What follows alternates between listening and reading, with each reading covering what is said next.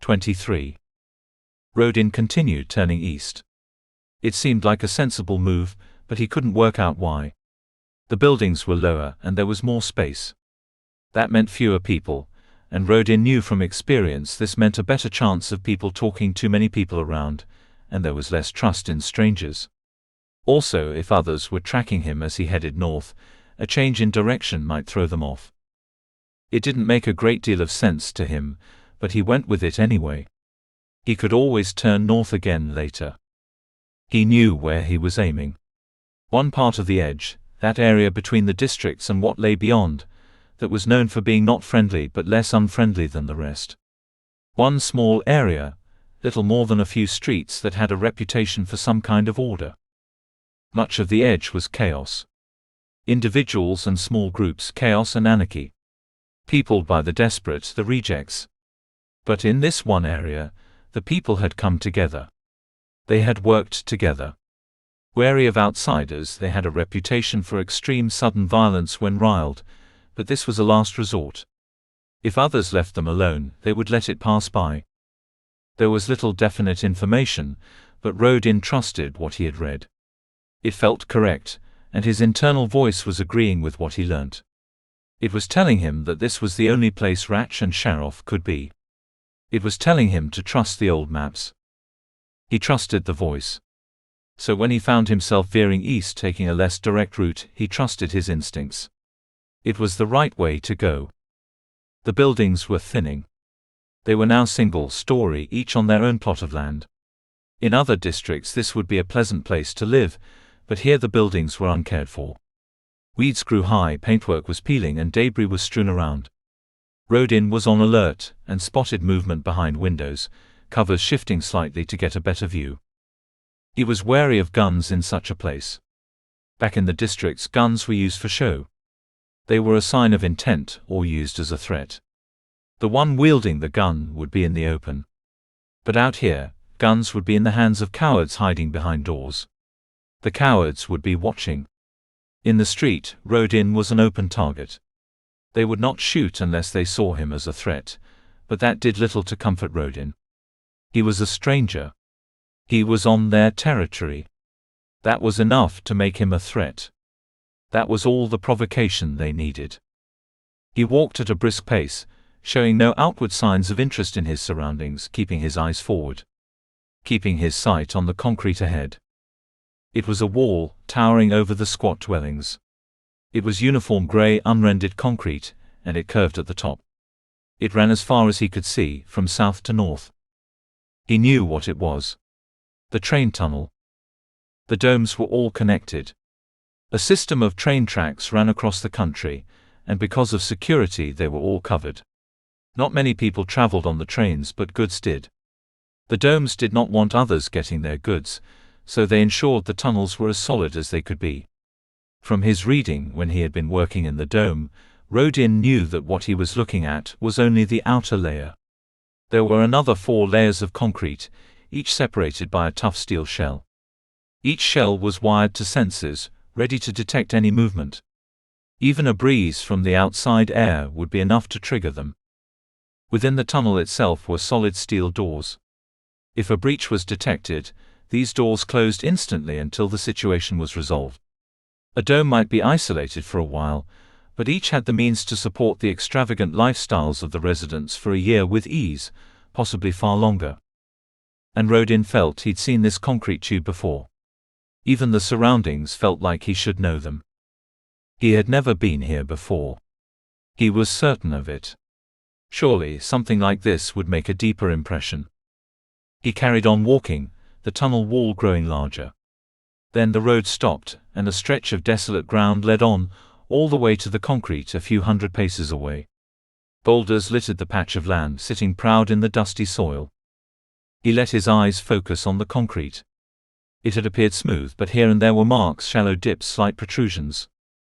Eyes, no doubt, and a good possibility of weapons. Like those on the glass itself, ready to open fire at any sign of attempted breach. He stepped forward before he could stop himself, and found himself walking through the dust, his boots kicking up clouds with every step.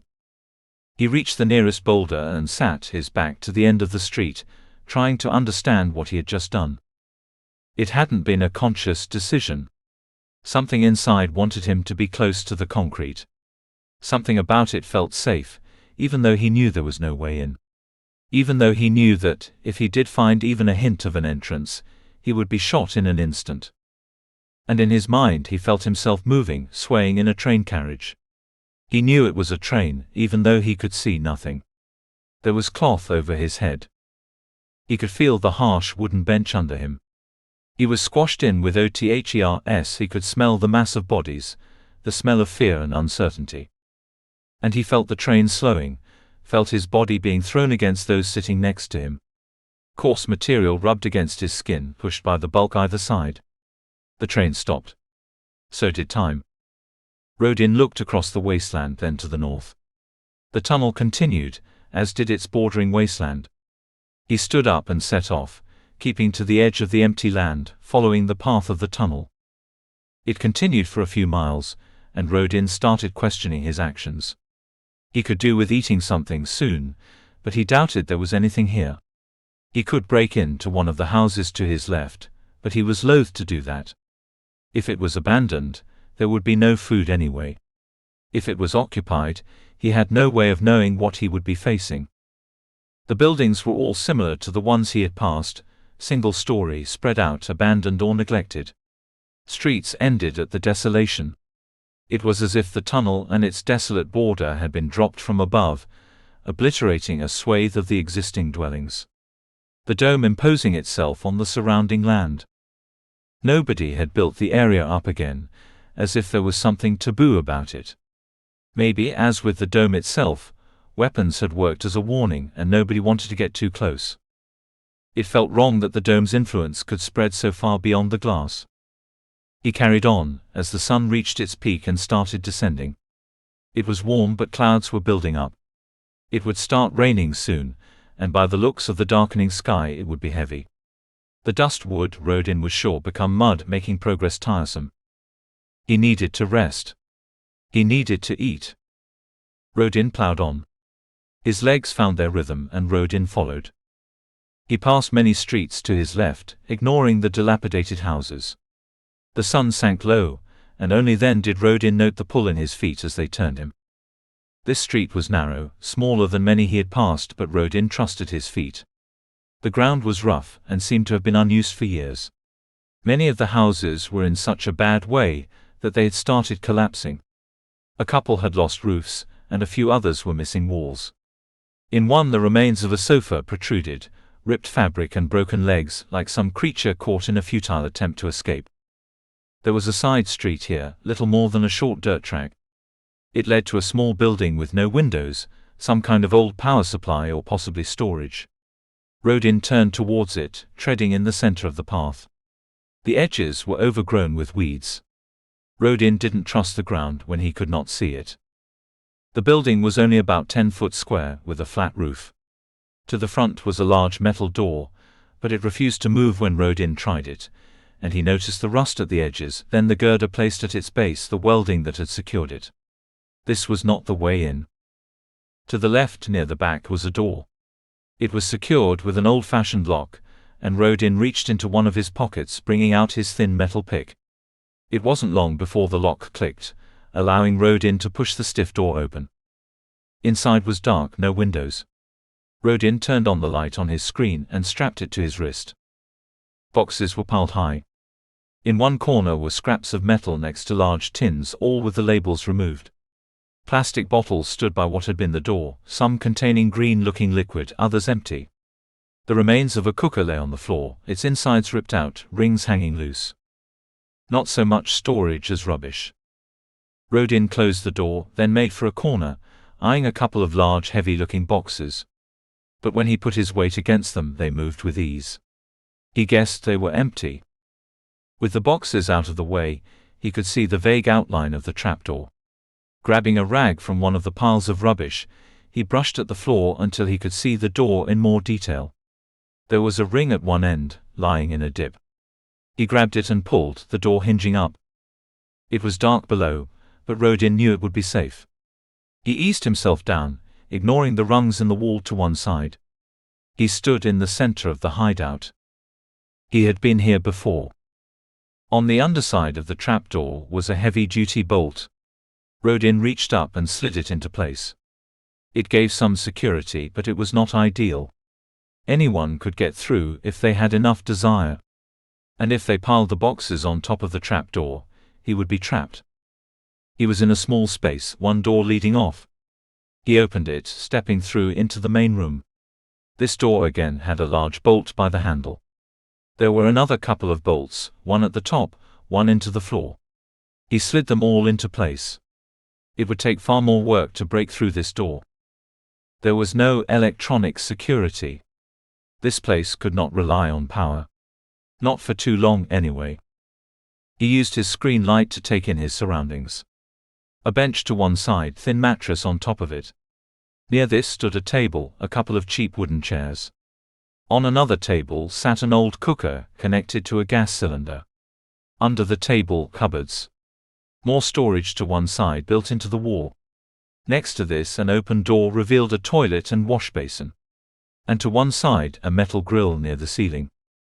He made for the wall storage, pulling open a door. He found a lantern, hung it on the ceiling attachment, reached into another compartment and pulled out a sealed battery. He opened it and attached it to the lantern, turning it on. The room filled with light. Rodin sat at the table. He'd been here before. He knew there were supplies, dried food, tins that could be heated up. Possibly still a few bottles of stale water. There was bedding, spare batteries, a few tools, some basic Meditech supplies. If he were to find some water, he could survive down here for a good few weeks before needing to venture out. With trips to top up his water, he could live here for a few months. He looked at the metal grill. He knew there was a short tunnel, another exit. It was secure, and came out at a drain cover. How long had it been last time? He could remember the lantern. He could recall wondering how long the batteries would last. He remembered reaching up, turning the light off, then sitting down in pitch black. Feeling scared, but telling himself there was nobody else in the room. Forcing himself to believe he was safe. He remembered trying to move around in the dark. Learning how to reach the toilet without seeing, how to turn on the stove, using the small blue flame to read the labels on the tins. Opening them through touch, heating them on the ring. Eating bland pasta in the dark, not knowing how long the food had been sitting there. Not knowing how long he'd been traveling. This was before he settled. This was from the very edge of his memories. 10 years he'd been a mercenary. A decade of taking contracts to earn his money, of killing in order to live. Before that, he'd spent a couple of years learning and making his way in the world. A couple of years of making big mistakes, of living by his wits. A couple of years of having no home, of being constantly on the move. And before that, there was nothing. Until now. He'd hidden in this very spot. It must have been when he first arrived. From where, he didn't know. Jenna's district felt as close to home as he could imagine, but that meant nothing. He had no memories of his childhood. He didn't have a clue who his parents were, had no idea of friends or work or what he did. There was nothing until he found himself in a strange district struggling to survive. And now he realized how he knew some of the residents had guns. It wasn't simply logical thinking. He'd seen them. A younger Rodin, barely in his 20s, still a child in so many ways. Hungry, wanting work, wanting something. Wandering the streets, approaching houses. Knocking on doors and waiting. Often there was no answer. He didn't have the courage to break in, they might be inside, waiting. And then a door opening, a gun at his head. He could recall that cold metal ring, could even see the marks inside, the curved lines of the rifling. The face behind the gun was a blur. But that wasn't the first time he'd seen a gun. He could sense something else. Lots of guns. Guards, each holding a two-handed weapon. Others around him. But those memories wouldn't stay. They slipped to one side as he stared into the barrel of that gun, certain he was about to meet his end. He heard a voice demanding to know what he wanted. Another voice, his own, timid, cracking under the strain. All he wanted was food. He had no money, but he could work. He would work. Whatever needed doing. The first voice had made a suggestion. And Rodin remembered being on his knees, the gun pressed against the top of his head as he fumbled with the belt in front of his face. When the pressure built up and the explosion came, for a second he thought the trigger had been pulled. Or maybe he wished it had. He had not been born round here. This did not feel like home. But it was safe. At least as safe as he could be at the moment. Rodin moved to the mattress, turning off the light as he did so. It was easy to get around in the dark now. He trained himself and learnt how to trust his instincts. He lay down. The mattress was lumpy, but he'd slept on worse. He needed food, but that was for later. He closed his eyes. He wanted the dreams to come now. He wanted to learn what they might tell him.